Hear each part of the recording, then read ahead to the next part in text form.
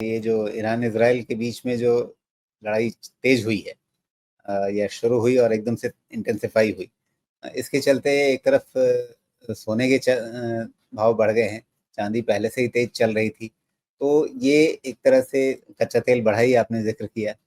तो ये एकदम से जो कमोडिटी में कच्चे तेल की कीमतें बढ़ना, ये भारत के लिए कितना बड़ा सिरदर्द होगा। और ये जो सोने में ज़्यादा लोग डिफेंसिव प्ले में या सेफ हेवन वाली डिमांड की तरह से जा रहे हैं, तो क्या वहाँ पर एक आपको रिस्क भी दिखता है कि अगर मान लीजिए अगले कुछ दिनों के अंदर एकदम से समझौता हो ही गया, ईरान ने समझ लिया कि भई हम लड़ नहीं पाएँगे या शांति में ही फ़ायदा है, तो एकदम से अगर शांति बनती हुई दिख गई, तो ये सब जो एकदम से एलिवेटेड प्राइसेज़ हैं, कच्चे तेल में हों या फिर सोने में हों, क्या इन सब के एकदम से ड्रॉप होने का खतरा रहेगा? मतलब जो उसमें उस पोज़ीशन से बैठे हुए हैं?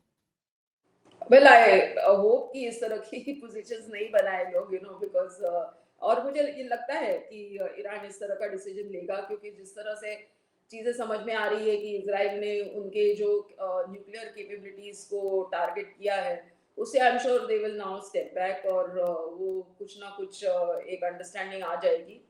और I don't think that gold का इंटरेस्ट थोड़ा कम हो सकता है, but it will ever go off the radar. और शायद I think from the last 7-8 months I been hearing from a lot of people कि जो गोल्ड के प्राइसेस है, तो आपको they will sort of Sensex और gold prices will sort of keep tandem. तो जब गोल्ड बढ़ता है तो आई ऑलवेज थोड़ा थोड़ा दिलासा मैं अपने आप को देती हूँ कि कभी सेंसेक्स भी ये लेवल पे पहुंच ही जाएगा, अगर वो बात सच हुई तो।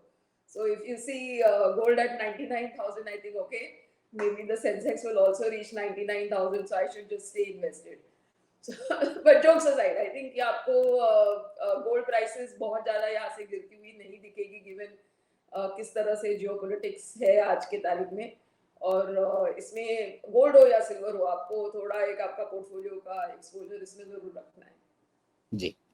क्या नॉर्मली जो आप अपने पोर्टफोलियो में एक डिफेंसिव प्ले के तहत या डाइवर्सिफिकेशन के तहत आप रखना चाहते हैं, क्या इस समय जो अनसर्टेनिटीज हैं अभी भी और आगे भी हो सकती हैं, पता नहीं क्या, तो उसको देखते हुए क्या सामान्य से ज्यादा एलोकेशन अभी गोल्ड में रखना चाहिए? Actually, very honestly, in the last 3-4 months, I thought that silver would be a better bet, क्योंकि सिल्वर के प्राइसेस जिस तरह से थे, फिर हमने वो बढ़त भी देखी। आई थिंक आप सब लोगों से मैंने ये बातें और काफी चर्चा इस बात की देखी कि सिल्वर प्राइसेस जिस लेवल पे थे, और तो that made a better investment opportunity then. ये गोल्ड का जो जंप है वो अभी के दिस ये ईरान सिचुएशन से आया है, नहीं तो gold was sort of flattish. But as I'm saying, from a longer term perspective, perhaps I prefer silver as a metal play, but gold also you cannot rule out.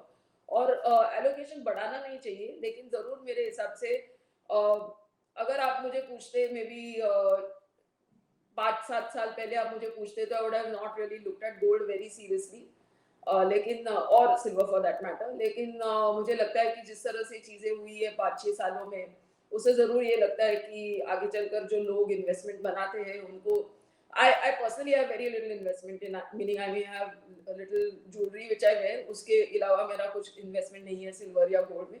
But definitely people who are starting out investment now, मैं उनको जरूर बोलती हूँ कि आपको एक थोड़ा पैसा आपका सिल्वर या गोल्ड ईटीएफ में जरूर होना चाहिए।